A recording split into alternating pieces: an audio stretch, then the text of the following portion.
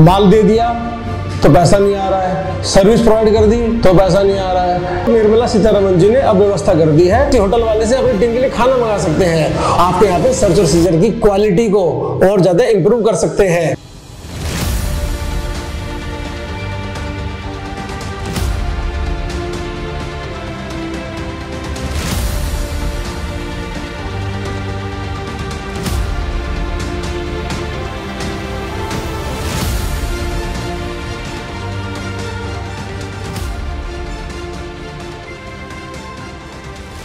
Hi friends, as per my promise मैं हाजिर हूँ बजट 2023 का विश्लेषण करने के लिए। और बड़ी इंटरेस्टिंग सी बात है कि इनकम टैक्स का स्लैब जो है बढ़ाया गया है और बड़ी ये सब लोगों को जानकारी भी है। लेकिन आज मैं जिन बातों की जानकारी इसके अलावा आपको देने वाला हूँ वो सुनकर आपके रोंगटे खड़े हो जाएंगे और साथ साथ आप खुश भी बहुत हो जाएंगे। तो इस वीडियो को अंत तक जरूर देखिएगा और जुड़े रहिएगा। मैं पीयूष कुच्छल, चार्टर्ड अकाउंटेंट।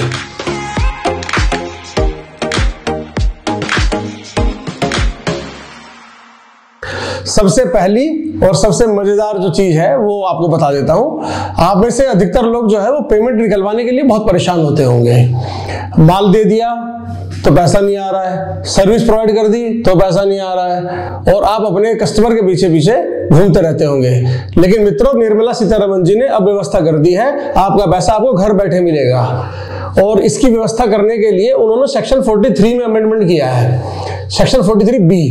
तो सेक्शन 43B अभी तक हम समझते थे या जानते थे कि अगर किसी ने स्टेशनरी ड्यूज का पेमेंट नहीं किया है टाइम रहते तो उसको वो खर्चा या वो जो एक्सपेंस था वो उसको अलाउड नहीं होता था। लेकिन अब इसी सेक्शन में अमेंड करते हुए एमएसएमई का पैसा भी यदि ड्यू डेट के पहले नहीं दिया जाता है तो वो पैसा भी एक्चुअल पेमेंट के टाइम पर ही अलाउड होगा। तो इसका इफेक्ट क्या होगा दोस्तों कि आपका पैसा अगर समय से नहीं आ रहा है तो आपका वो पैसा, जो बंदा आपका पैसा दबाए बैठा है, वो अपने P&L में भी खर्चे के रूप में बुक नहीं कर पाएगा। और आपको क्या करना है, आपको अपना रजिस्ट्रेशन एमएसएमई एक्ट 2006 में करवा के रखना है यहाँ पर। लेकिन मैं ट्रेडर भाइयों से जो है वो सॉरी बोलना चाहूंगा, क्योंकि एमएसएमई एक्ट केवल और केवल मैन्युफैक्चरिंग यूनिट्स और सर्विस प्रोवाइडर के लिए ही ये सुविधा प्रदान करता है। ट्रेडिंग के लिए अभी तक ये सुविधा एक्ट में नहीं है। दूसरा बड़ा चेंज करते हुए हमारी वित्त मंत्री जी ने छोटे व्यापारियों को और छोटे प्रोफेशनल्स को प्रिजम्पटिव टैक्स बेनिफिट की जो लिमिट है वो बढ़ा दी है। तो अब सेक्शन 44AD में आप 3 करोड़ रुपए तक के टर्नओवर पर भी आपको ऑडिट करने की या करवाने की आवश्यकता नहीं रह जाती है, अगर आपकी ग्रॉस रिसीट्स टोटल आपकी 95% या उससे अधिक बैंकिंग चैनल के थ्रू आप रिसीव करते हैं। सेम इसी तरह से प्रोफेशनल जो फर्में हैं या प्रोफेशनल सर्विस प्रोवाइडर जो हैं वो लोग अगर 75 लाख रुपीस तक का टर्नओवर करते हैं और उनकी भी 95% या उससे अधिक रिसीट्स बैंकिंग चैनल के थ्रू वो प्राप्त करते हैं तो उनको भी कोई ऑडिट कराने की आवश्यकता नहीं है और वो सीधे के सीधे प्रिजम्पटिव टैक्स में यानी कि सेक्शन 44AD में व्यापारी और सेक्शन 44ADA में प्रोफेशनल अपनी रिटर्न्स को भर सकते हैं।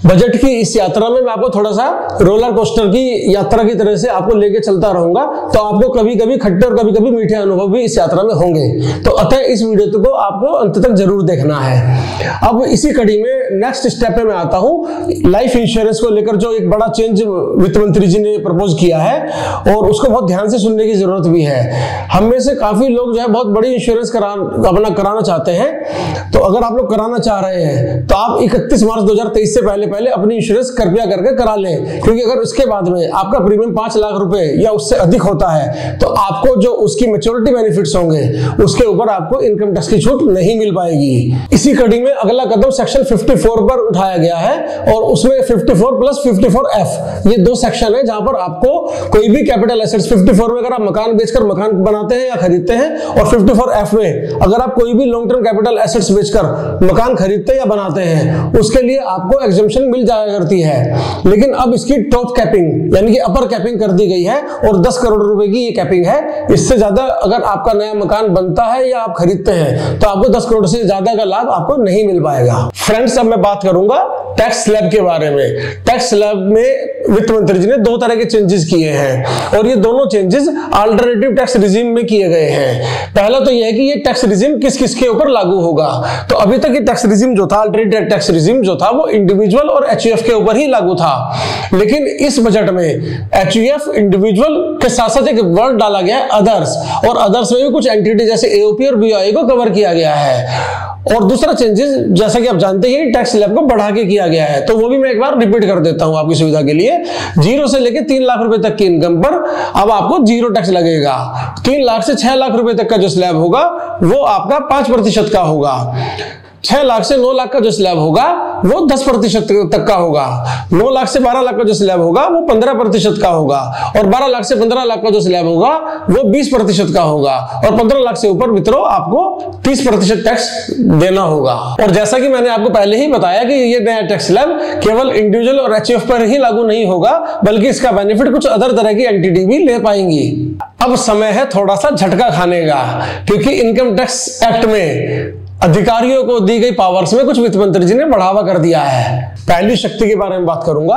पहले जब किसी के यहाँ पे छापा पड़ता था या ये कहिए कि सर्च और सीजर होता था, तो इनकम टैक्स विभाग की जो सर्चिंग टीम होती थी वो अपने साथ पुलिस अधिकारियों को या केंद्र सरकार के किसी अधिकारी को या राज्य सरकार के किसी अधिकारी को सम्मिलित कर लिया करती थी, और उन्हें इसके लिए बाकायदा एक्ट में मैंडेट दिया गया था। अब इस मैंडेट का स्कोप थोड़ा बढ़ा दिया गया है, और अब अगर यदि वो चाहे तो वो किसी व्यक्तिगत संस्था, कंपनी या किसी प्रोफेशनल व्यक्ति की मदद लेने के लिए भी अधिकृत है, और वो उसको एक लेटर या मैंडेट देकर अपने साथ में काम करने के लिए मजबूर कर सकते हैं। जैसे कि अगर उदाहरण से समझा जाए तो अगर वो चाहे तो किसी ट्रैवलर से उसकी बस वगैरह को सुविधा प्रदान करने के लिए कह सकते हैं, या किसी होटल वाले से अपनी टीम के लिए खाना मंगा सकते हैं, और या यूं कहूं तो किसी प्रोफेशनल को अपनी प्रोफेशनल इंटेलिजेंस के साथ में अपनी टीम में सम्मिलित कर आपके यहाँ पे सर्च और सीजर की क्वालिटी को और ज्यादा इंप्रूव कर सकते हैं। तो उनको केवल एक अप्रूवल लेटर चाहिए होगा, और उस प्रोफेशनल को उनकी सर्च और सीजर्स में पूरी अपनी फुल कैपेसिटी में मदद करनी होगी। और मेरी समझ से इस शक्ति की वजह से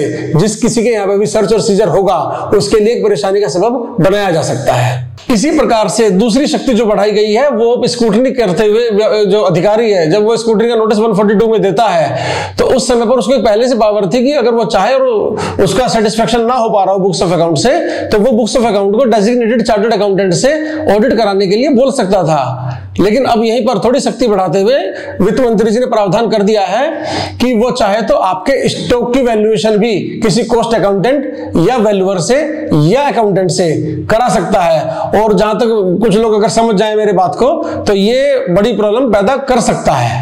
अब मैं बात करूंगा 2-4 जो छोटे छोटे चेंजेस हैं। जैसे कि अब एक चेंजेस ये किया गया है कि बहुत सारे विभाग में हमें अलग अलग रजिस्ट्रेशन लेना पड़ता है। जैसे कि जीएसटीएन में जीएसटीएन लेना होता है, पैन में पैन, और एक्साइज में हमें अलग से एक नंबर लेना होता है, कस्टम के लिए हमारे पास अलग से नंबर होता है। अब सारे विभागों को समग्र रूप से मिलाकर ये लोग पैन के ऊपर ही एक कॉमन आइडेंटिफायर के रूप में पैन को यूज करना चाह रहे हैं। तो पैन बहुत इंपॉर्टेंट डॉक्यूमेंट बनने वाला है आधार के बाद में।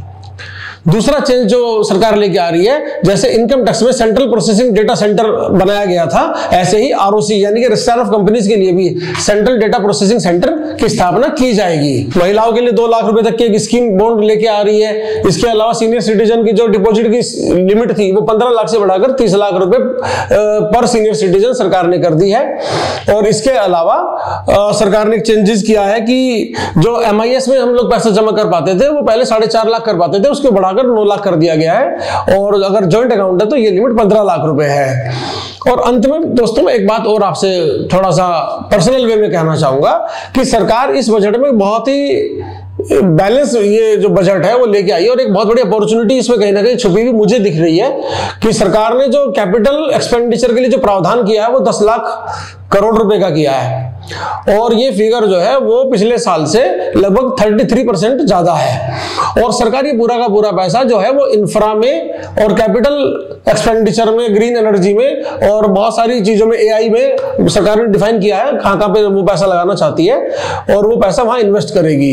तो आप सब लोग अपना जो है वो तैयारी कर लें कि कैसे आप इन सब चीजों से फायदा उठा सकते हैं, क्योंकि पैसा मार्केट में बहुत आने वाला है। एक एंड पे तो सरकार कैपिटल इन्वेस्टमेंट करने जा रही है और उससे रोजगार जनरेशन होगा। दूसरे एंड पे सरकार ने क्या किया कि टैक्स में एक आम आदमी को, एक मध्यम वर्ग को थोड़ी राहत दे दी है, तो उसके हाथ में भी पैसा बचेगा।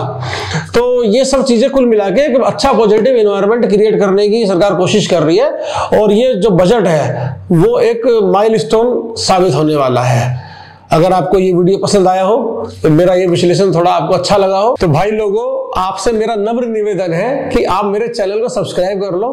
और भाइयों इसको कम से कम वीडियो को अगर अच्छी लगी हो, मेरी मेहनत का कुछ आपको लग रहा कुछ फल है, तो कम से कम इसे लाइक कर दो, सब्सक्राइब कर दो, शेयर कर दो। और मैं आपका तहे दिल से इस वीडियो को अंत तक देखने के लिए हृदय की गहराइयों से शुक्रगुजार हूं। धन्यवाद।